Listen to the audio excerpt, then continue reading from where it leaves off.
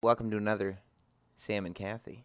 It's the companion show to Sam Roberts Show on Sirius XM every night, Monday through Friday, starting at 9 p.m. Eastern. Cathy Kelley is here. Hello, Cathy. Hello. And as you know, I'm Sam Roberts. And I've been trying. I don't know what you've been doing, but I've been trying to spend the weekend, I guess, decompressing from the Samiversary show that we did on Sirius. If you don't have, first of all, if you don't have Sirius, you're missing almost everything we do. But I don't know how they found this. yeah, really, you would think. Twitter promotion. But we did upload the first part of the Samiversary on this podcast feed over the weekend, and then this Friday we'll post the other part. But I thought I was gonna be able to decompress, but I went out this morning and walked the dog.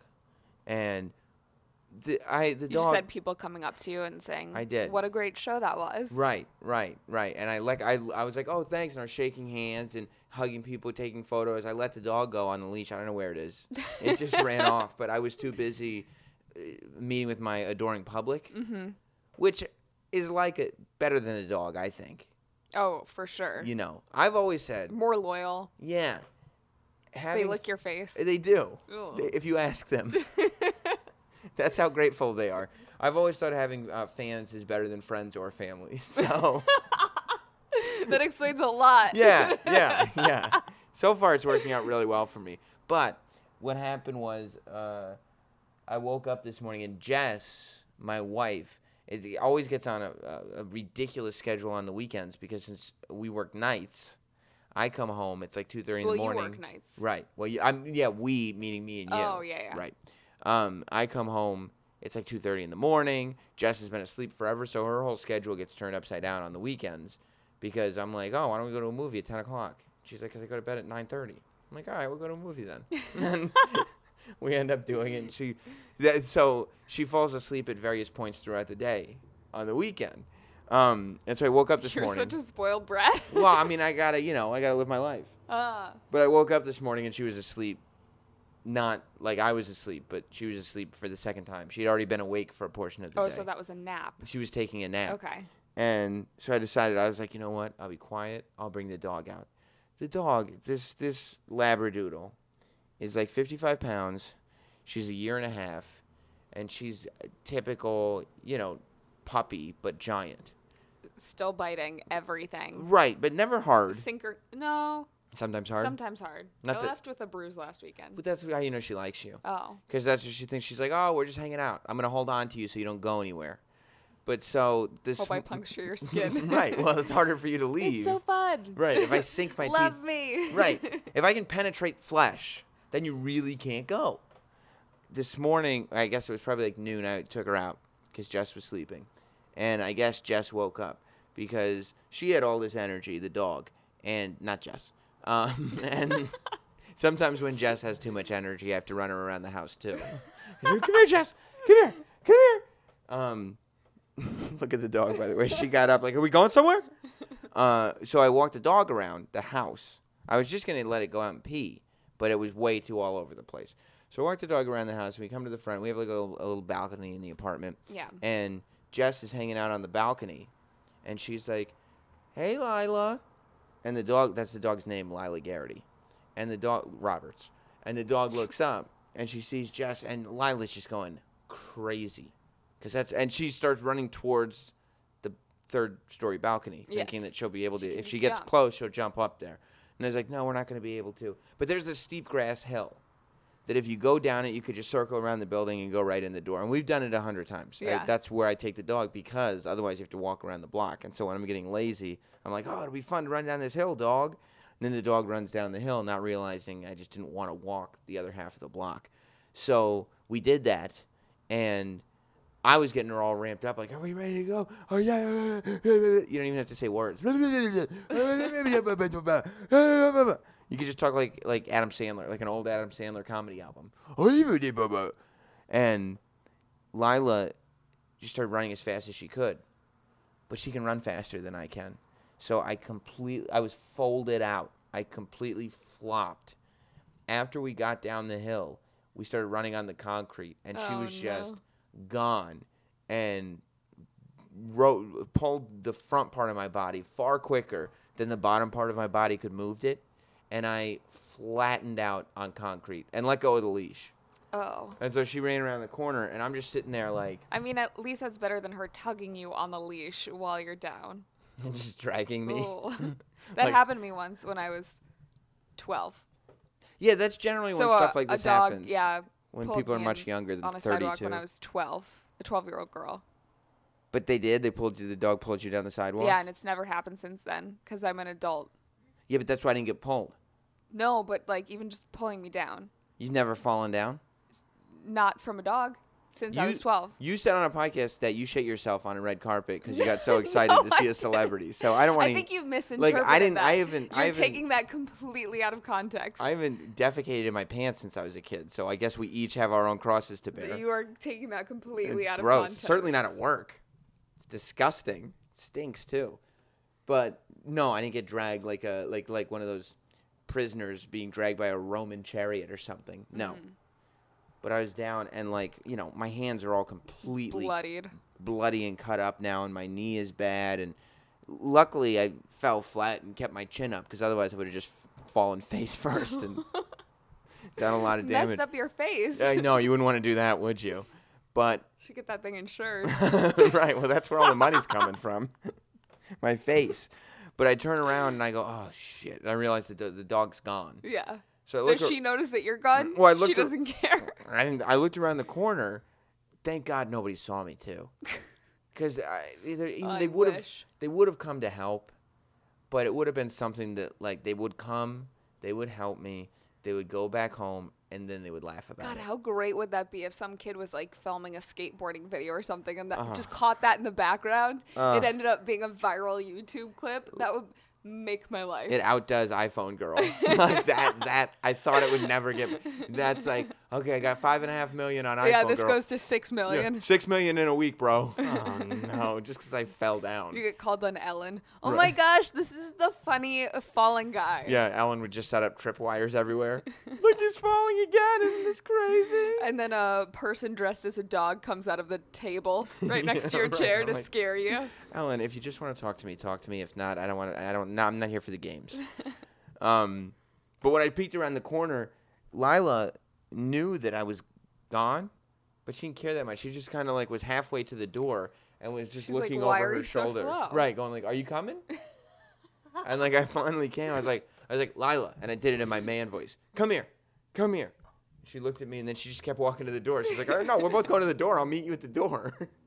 I was like, no, come. And I was like, oh, screw it. I cannot emphasize how much this dog is like you. Just because.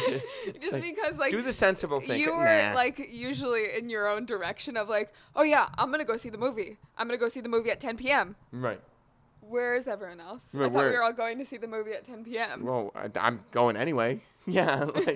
Well, I'll see you at the movie theater or not, but that's where I'm going. Yep. As far as I can see, this leash is dragging down the sidewalk. There's nobody on it, so I guess I'll just go wherever I want to go. It's the canine version of you. It is. And she figured it out. So now, my hand looks awful. Bruised and broken. It's the left hand, though. The right hand. A little bit on the right hand, too. Well, these are blood blisters on my right hand. You didn't even get that banged up from your wrestling match. I know. Well, on my wrestling match, I dominated. Mm-hmm. Lila kicked the snot out of me. I did the JOB to this dog. In the wrestling match, I won. But I don't... What makes blood blisters go away? Time. That's it? Yeah. I guess I've heard time heals all wounds. It does. No. How long does it take? These are very unsightly. Scabs scab over pretty quick. That's not that big a deal. But I think a lot of people are going to change their opinion about you in the next week or two. You think they're going to think I'm tougher? tougher? They're going to look at your hands. No, I think the opposite. Oh, no. Look at that weak Well, human being. I won't tell them what happened. I'll be like, oh, it's from a fight. Yeah, you have to not talk about this at all. Mm-mm. Don't publicize it. I won't. Definitely don't talk about it on a podcast. I won't. No, I won't. And I won't. Make up some really cool story about how you fell off your motorcycle after you swerved to miss a possum crossing the road. Right, because I wouldn't want to run over the possum. Could have been a child, but possum you want to go with. Let's go with turtle. Here's what I'm going to say. Endangered species. What's an endangered species that's Whale. in the area? Okay. So that's so logical. Yeah. Okay, so a whale was crossing the road. Yes. And you were on your motorcycle, which I've totally heard you talk about before. Yeah. And you it's swerved. a Kawasaki. You swerved to miss. I think what I'm going to say is, because I want it to be like just like this is just how I handle life. Football accident. No, because I saw that movie Concussion this weekend. Oh. And Well, you didn't hit your head, just your hands. yeah, yeah, exactly. I've managed to avoid all head trauma in football, but these hands, it's because I'm so good at catching the ball. Like I just my flesh is removed from my skin. That's how great I am. Yeah. That's how tight this grip is. No, here's what I'll do. Because I want it to be like an everyday thing, so it is believable. People who do a little research, they'll know I'm not that great at catching footballs. I don't actually have a Kawasaki. But I forget things sometimes, don't I? Yeah. Yeah. So I'm going to say I forgot my keys in my apartment. And, like, I didn't want to bother the landlord or whoever, the super. So it's only 3 floors, and I'm in great shape. I scaled the brick wall, which gave me some blood blisters over here. Oh. And then I punched in the window. But I didn't have a thing to wrap my hand in. So these cuts are actually from punching in the window. punching in the window. The only problem is when you punch, Right. make a fist. Okay. There are no bruises on the outside of I've your literally hand. protected all. Well, then I'm going to say I palmed through the window. Yeah, you palmed through the window and luckily didn't, like, cut any tendons or Right. vessels Arteries. in your arm. Yeah, You no. Just... No. I don't know if that's super believable. Palmed it. Maybe you had your window open because your dog was inside.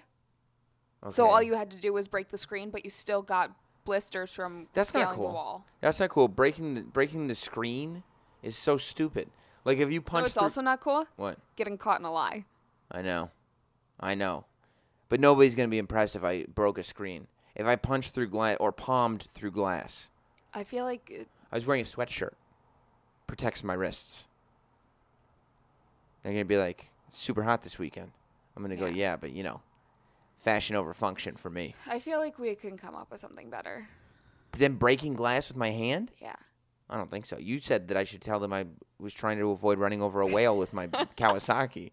I mean, yours are terrible. You didn't grow up lying, did you? No. You didn't. No.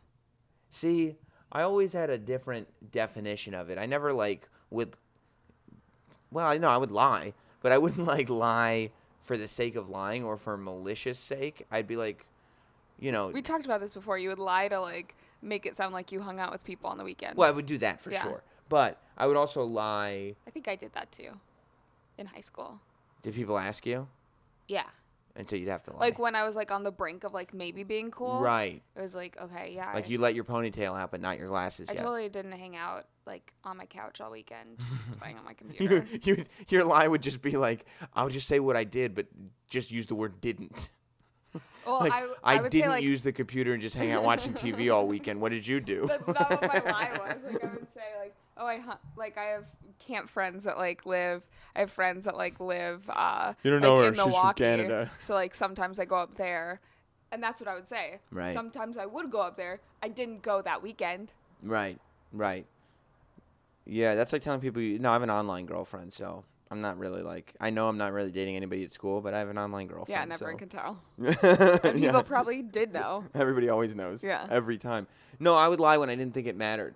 Like with teachers and stuff, when I thought that they were just kind of like it didn't matter. Yeah. So, and I'd be able to do it real quick. Like my instinct was always to lie, to just say whatever was the best case scenario. Like it was really, I guess it was setting me up for social life later, because it was really just what's going to end this conversation the quickest.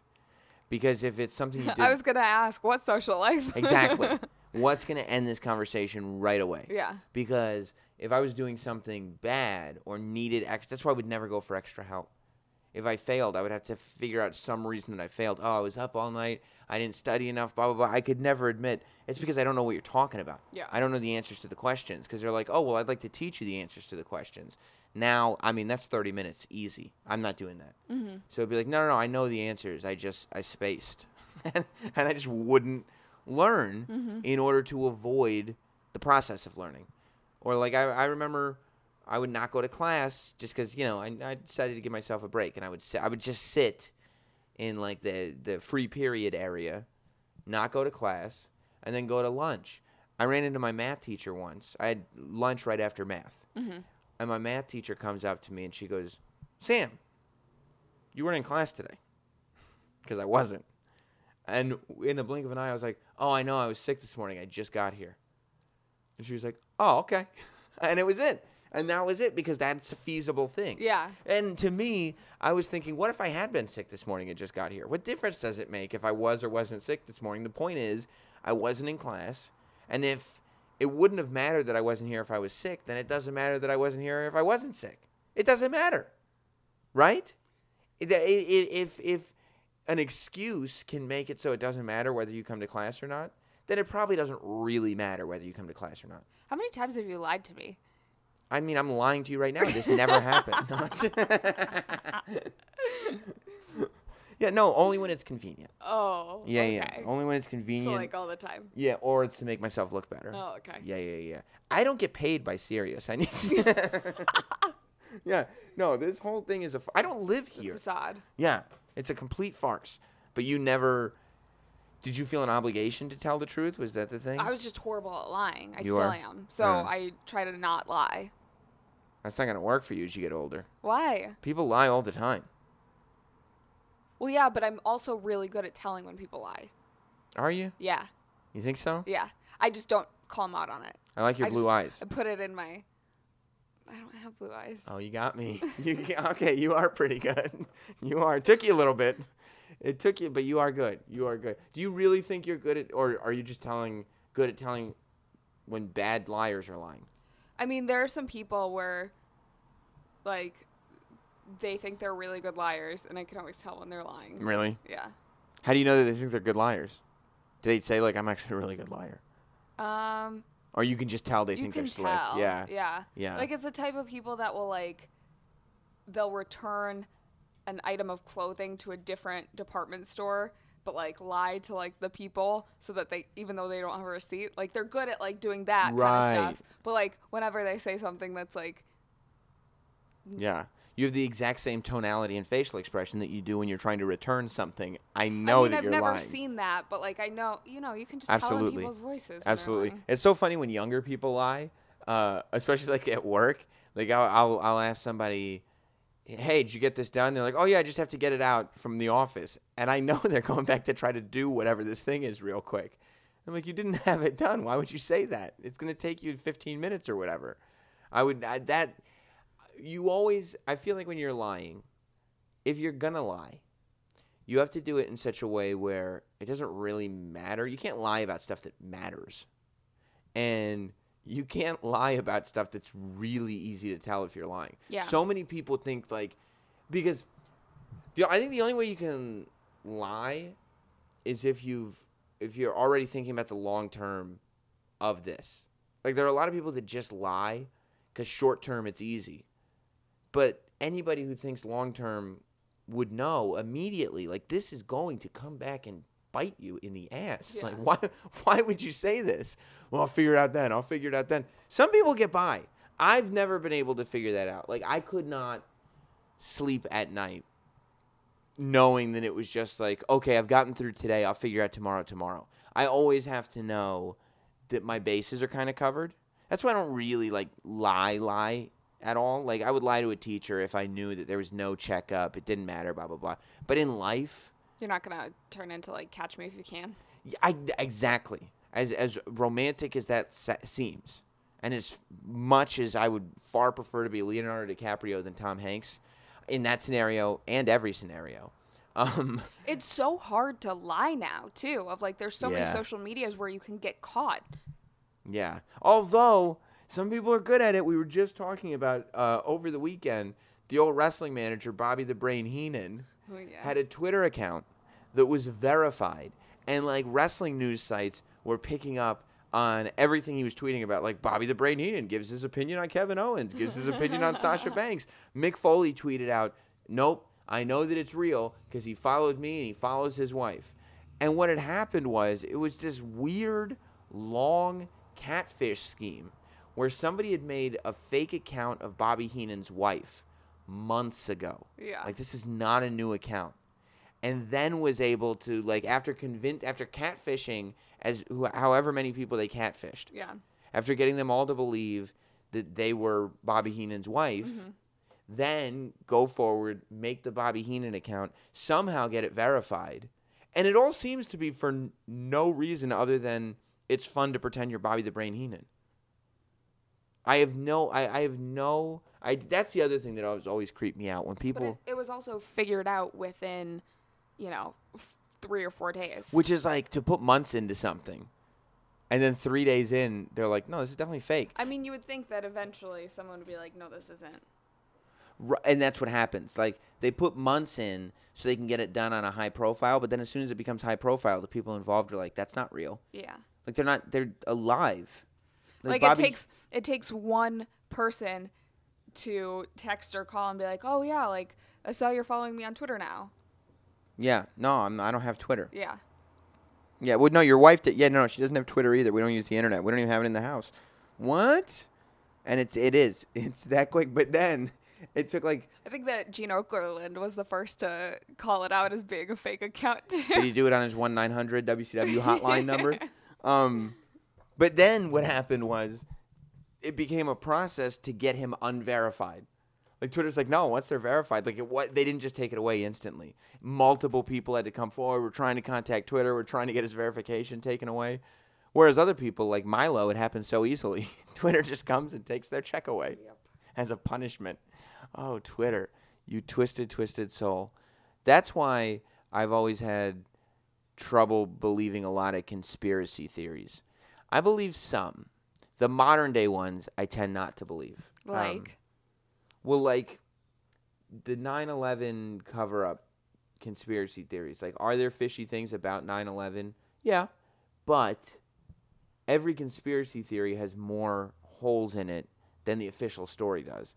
And stuff like that, like in 2001, you can't have as many people lying as you would need to without words slipping out.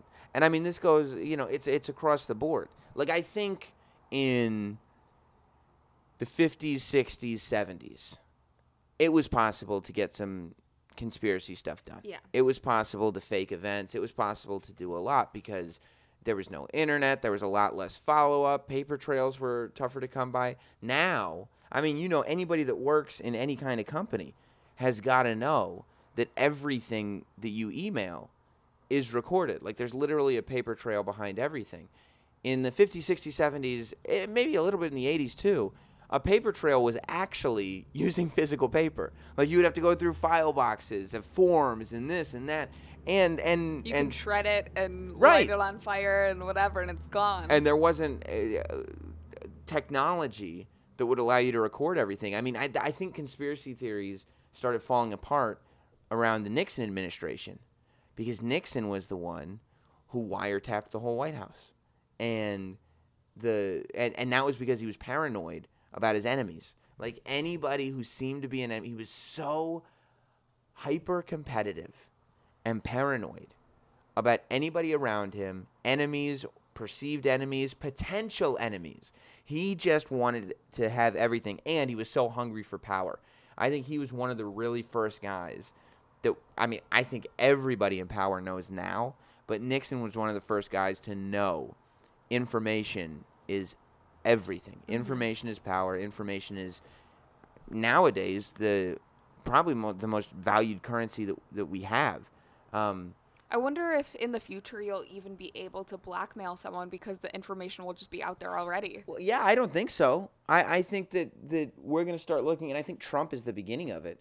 We're going to start looking at politicians a totally different way, because Trump, for instance, like Hillary is still getting in trouble because her past is shady, like she's been a politician for so long. So all the stuff that she's done under the table is under the table. All the stuff that's in the closet is in the closet. All the Benghazi stuff. There's all the scandals are actually scandals. Yeah. People are trying to throw Trump under the bus. People who are on reality shows, right, have aired all their dirty laundry on television, right, and there are tapes of it. So. Right. People who throw Trump under the bus are trying to be like, hey, Trump said this on the Howard Stern show 10 years ago. And a lot of people are like, yeah, I remember because I was listening when he said it on Howard Stern show. Like, it's already out in the public. Mm-hmm. You're just reminding people of stuff that was already done in public, which is so different than actually exposing something. And I think as time continues, especially as Gen Xers and everybody after them starts ascending into politics, you're going to find that stuff that happened in the past doesn't matter. Maybe I'm just saying this because to make myself feel better, because there's YouTube video of me dancing like Marilyn Monroe with my shirt in a knot and singing Happy Birthday to Bob Kelly.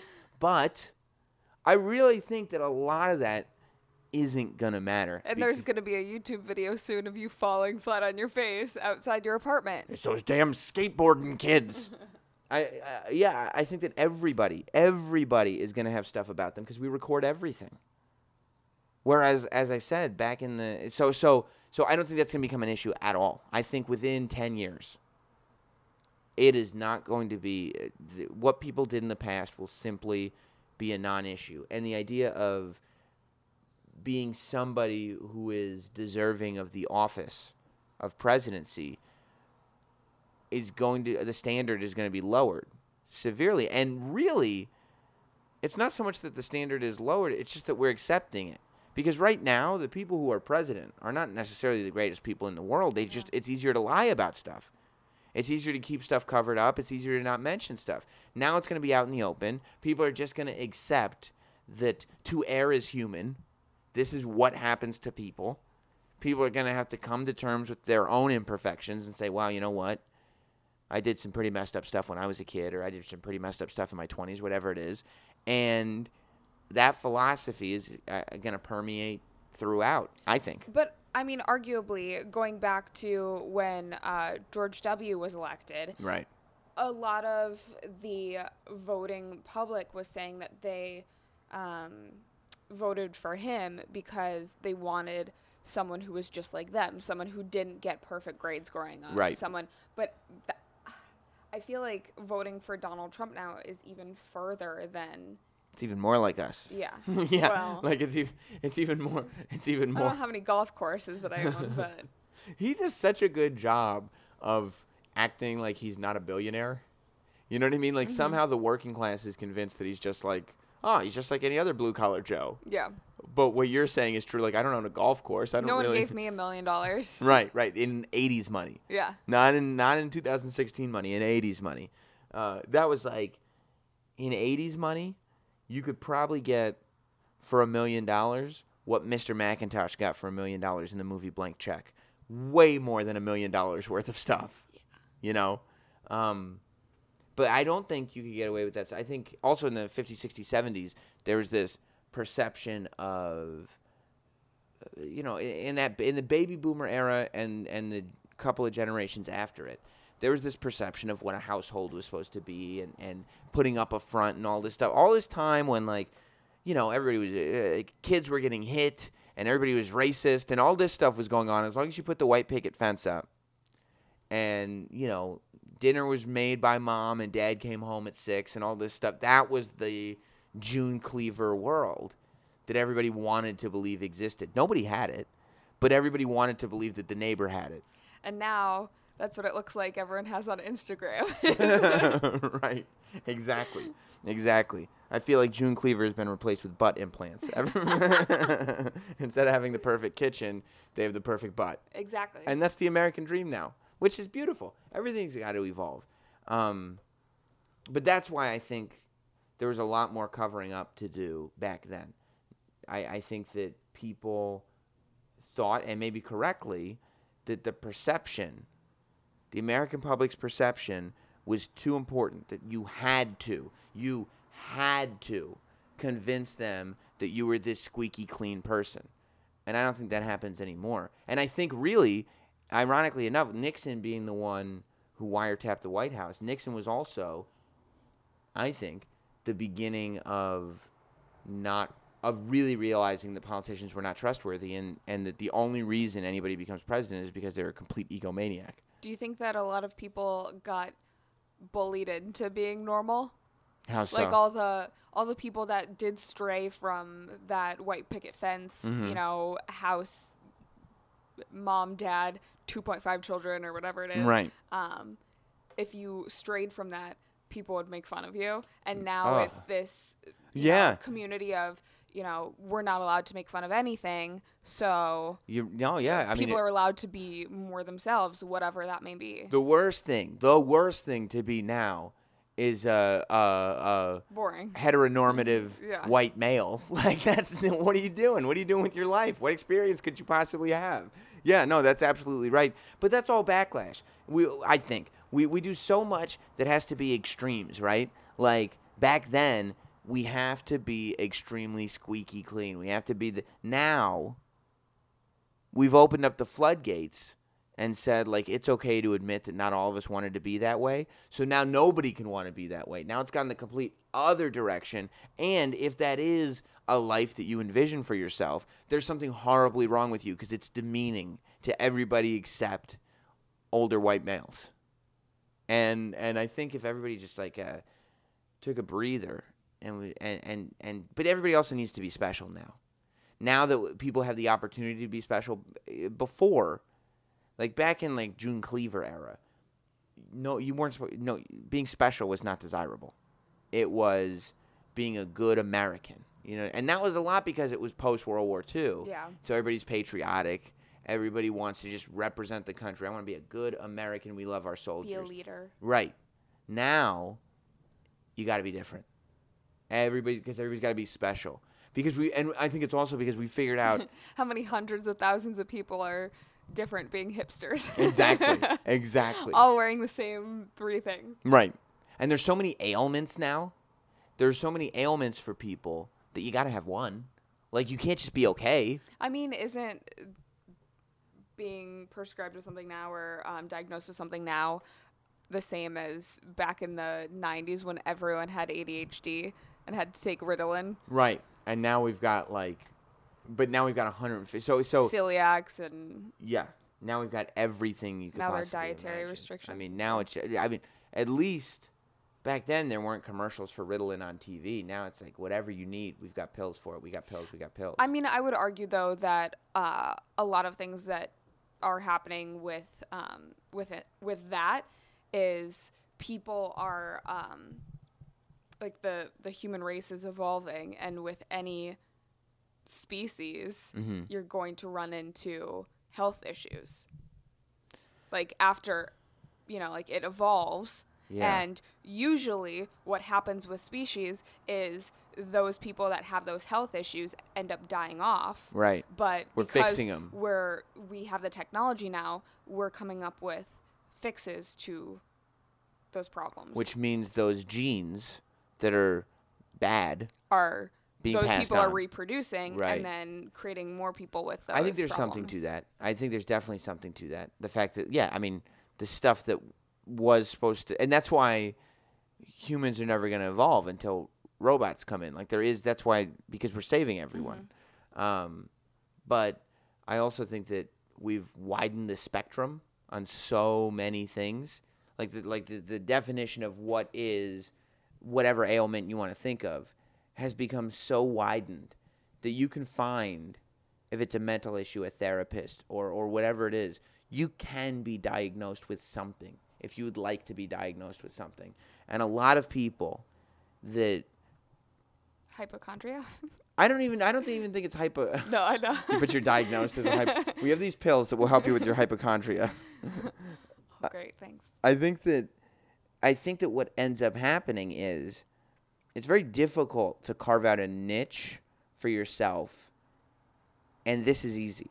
So instead of going forward and really following a passion or doing something, it becomes this thing. Well, what makes me different is I'm this. I have this disease. I have this mental ailment. I have this whatever. And so that actually stops me from achieving what I could achieve. So instead of having to risk failure, they get a doctor to give them an excuse right away. And look, there are people who, of course, have legitimate ailments, and I'm not talking about them. The problem is that you widen the spectrum so much that it makes people who actually need help be taken less seriously. And I think that happens a lot. And I think it's because, people get prescribed things because they want an excuse as to why they don't have to succeed. Well, because I got this. The world's working against me because I was diagnosed at a very early age with, kumquatosity.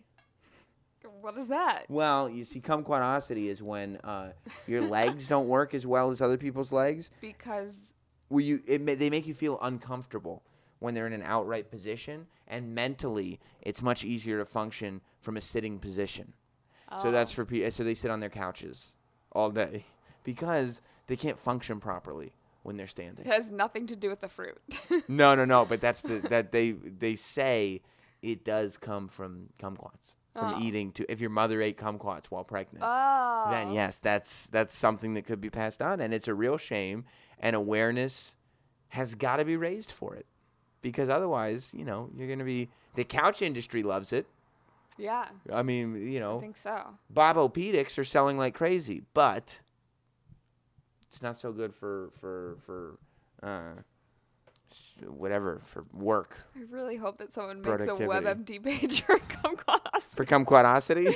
Yeah. Actually, I think I'm coming down with it. Oh. Yeah, because I smelled some kumquats in the grocery store the other day.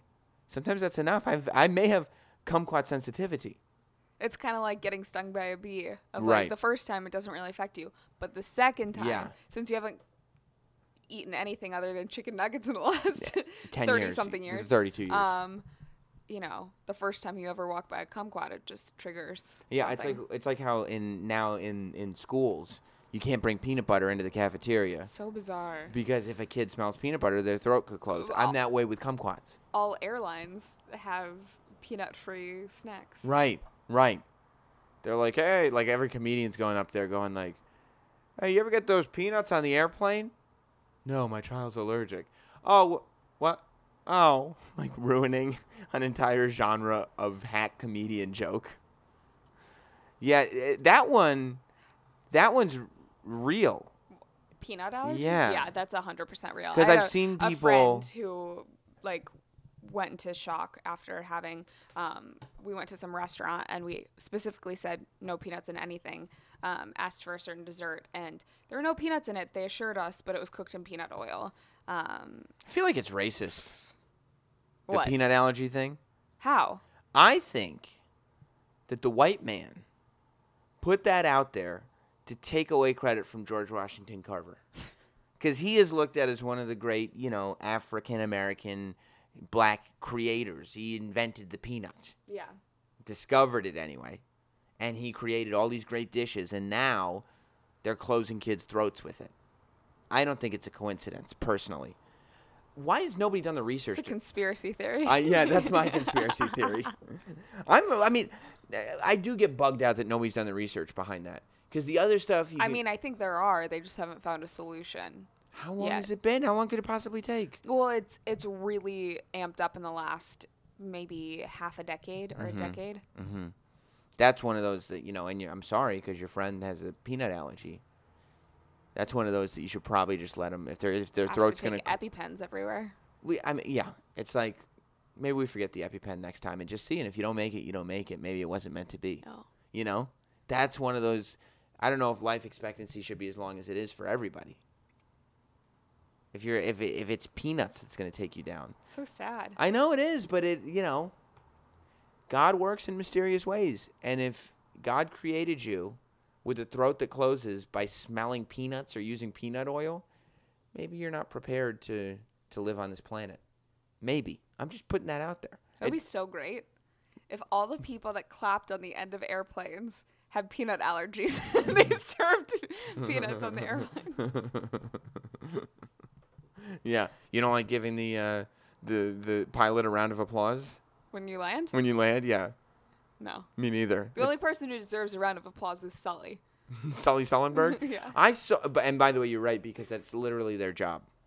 And I was about to say, nobody gives me a round of applause after I do my job. Except they did. Yeah, we just did Samiversary. And I really appreciate everybody giving me that nice round of applause for doing my job. But I watched the trailer for the Sully Sullenberger movie. Have you seen that? No, I haven't seen the trailer yet, but you told me about it. I don't understand how it's a movie. The flight was like 15 minutes. It's a scene.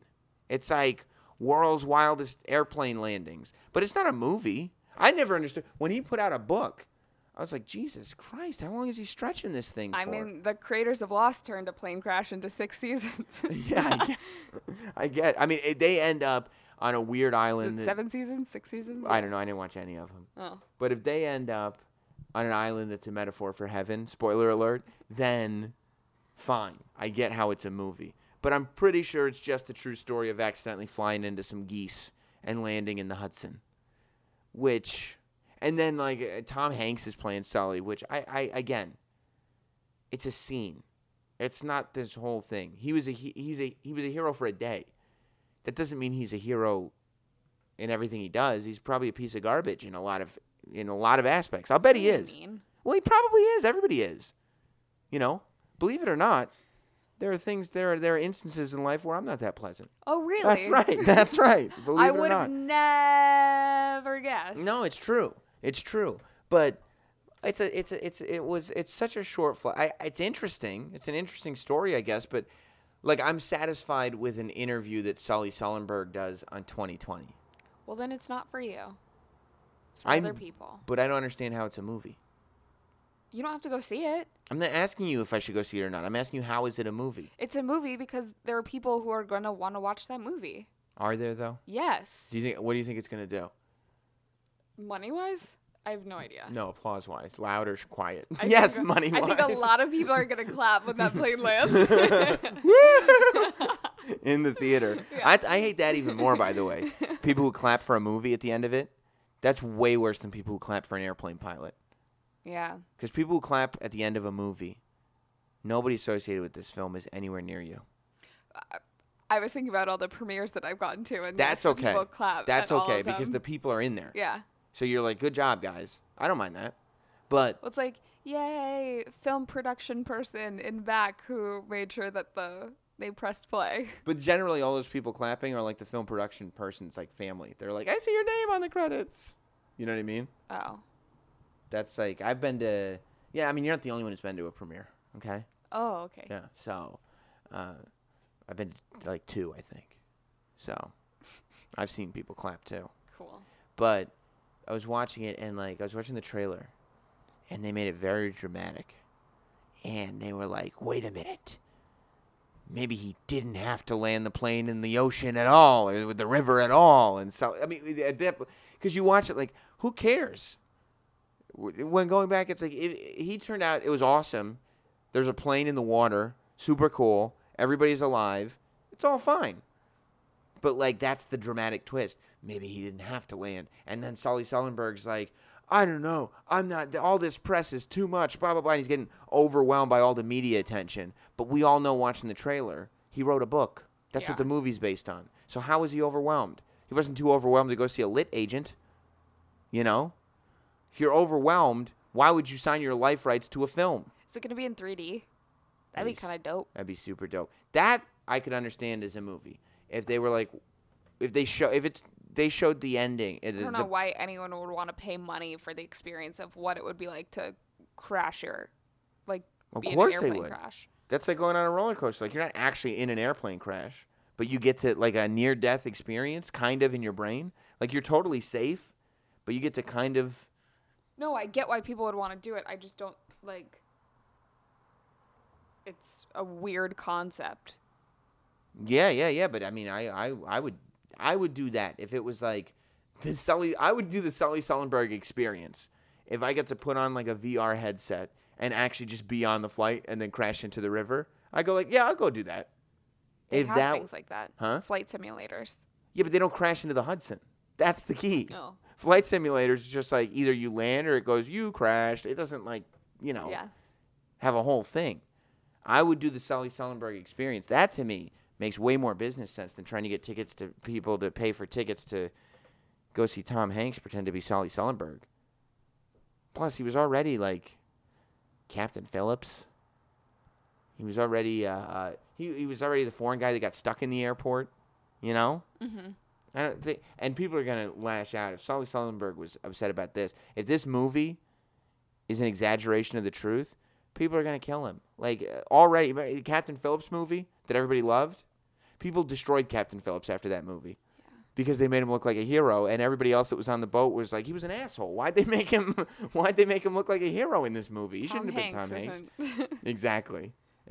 Tom Hanks paints anybody into a hero, even Josh Baskins from Big. It's the best.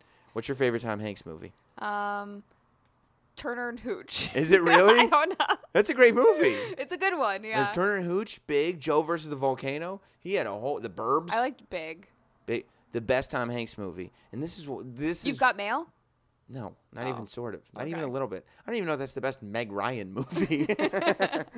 But Tom Hanks, and I don't know why I don't think he's ever done this again, and I don't know why he's never done it again.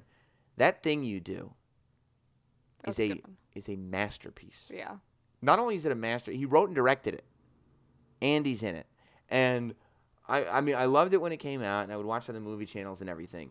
And then several years back, this is a while ago, they came out with a DVD version, and it was the uncut version.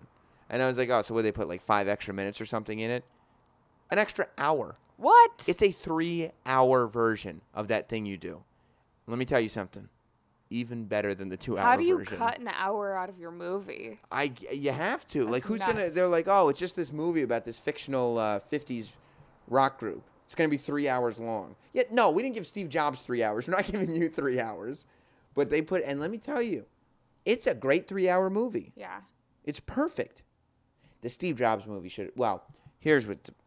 Which Steve Jobs movie? Both of them were horrible. Okay. They were both terrible. Martin Scorsese should have done a 3-hour Steve Jobs movie. That's what should have happened. But instead, Ashton Kutcher and the other one came out. And they were both 2 hours, and they were both garbage. Garbage. Did you read Steve Jobs' book? Mm-mm.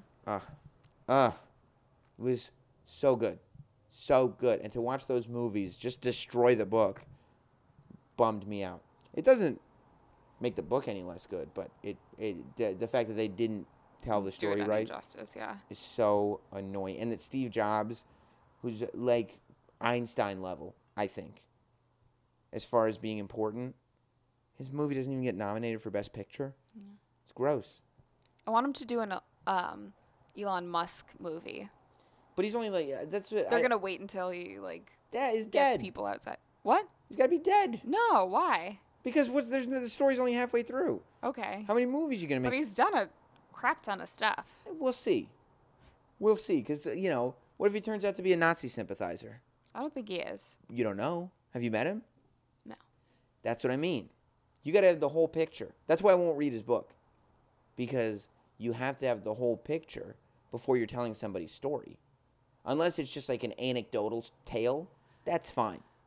Like Jenny Mollen's it's up books until this point of like him achieving success. So it's all about like the first company that he started, and then going into PayPal, and then now with SpaceX. But that's the thing. Like if you make a movie now, and he turns out to be a Nazi sympathizer, then all of a sudden, you're stuck with a movie that feels severely dated.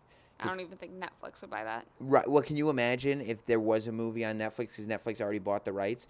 Then it turns out he's a Nazi sympathizer, and like 2 years later, you're like, oh, it's this Elon Musk movie. Let me check it out. And you watch it, and you go, there was not one mention in there about him loving Nazis. I think Netflix would take it down. Well, you could probably still have access to it, unless in the future, 2 years from now, Netflix is your only source for entertainment. Yeah. Which is possible. Take over. It would be bad. It would be bad. I think you got to wait. Although, well, Elon Musk is more famous, I guess.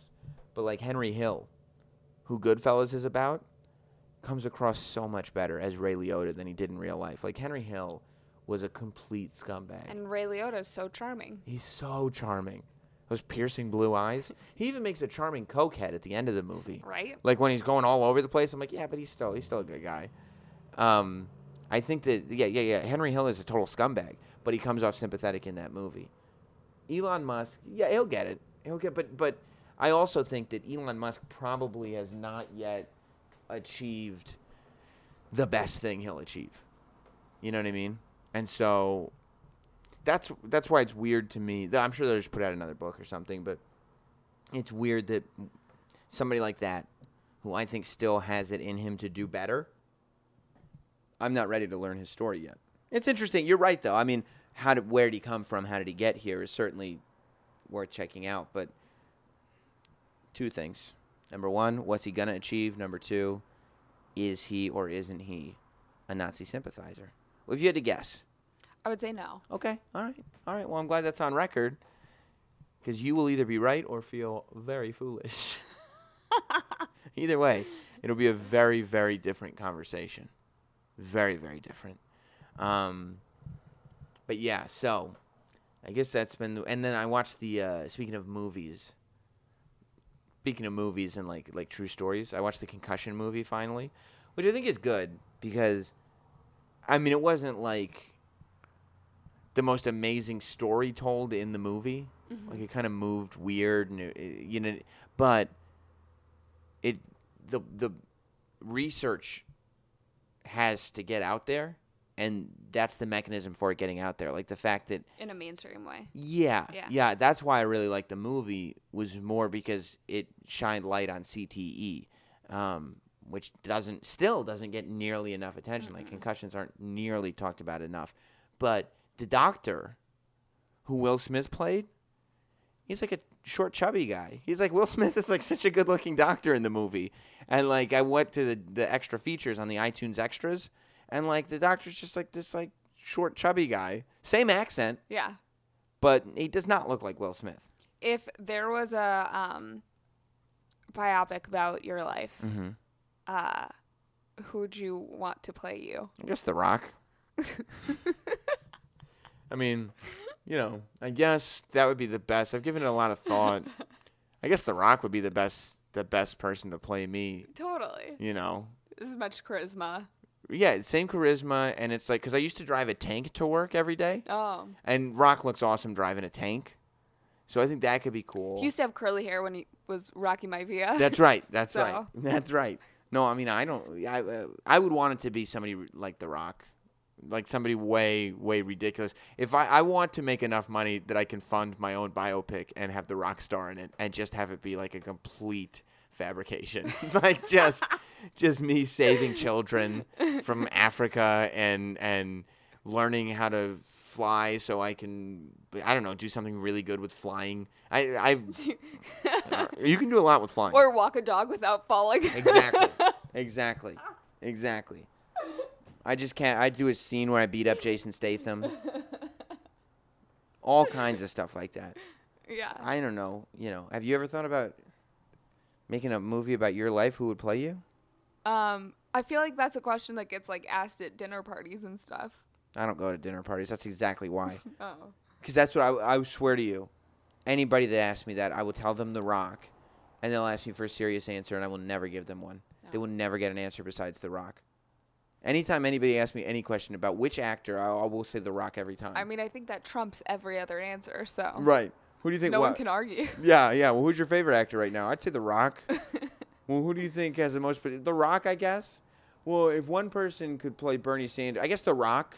Who's the most underrated? Rock, I guess. The Rock. Who deserves an Oscar? Well, since Leo got his. Exactly. Now it's The Rock. Right. Who's the next? The Rock, I think.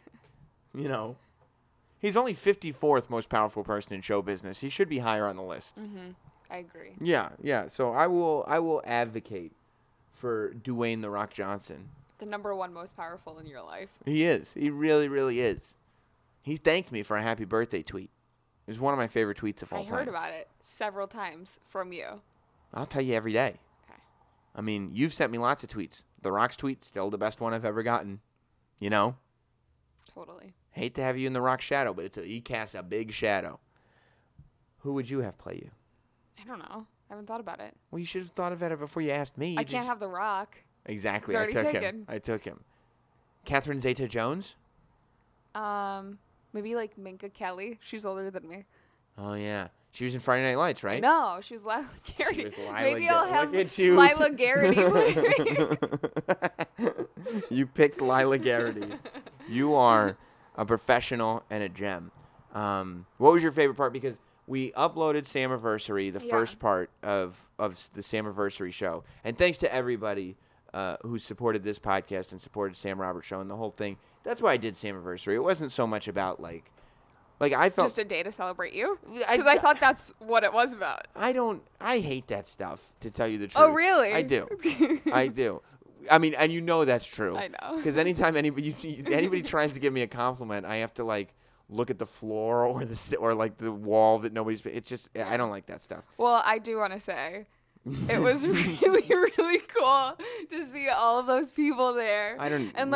Just to see, I mean, I've known you for, a year and a half, and, to see the progress of everything, even in the last year, is so beyond what I thought it could be, and you're not looking at it. Well, I want you to get done with this thing. Well, no, it's incredible. Well, thank you very much. I'll tell you more later. Oh, great. So that you actually...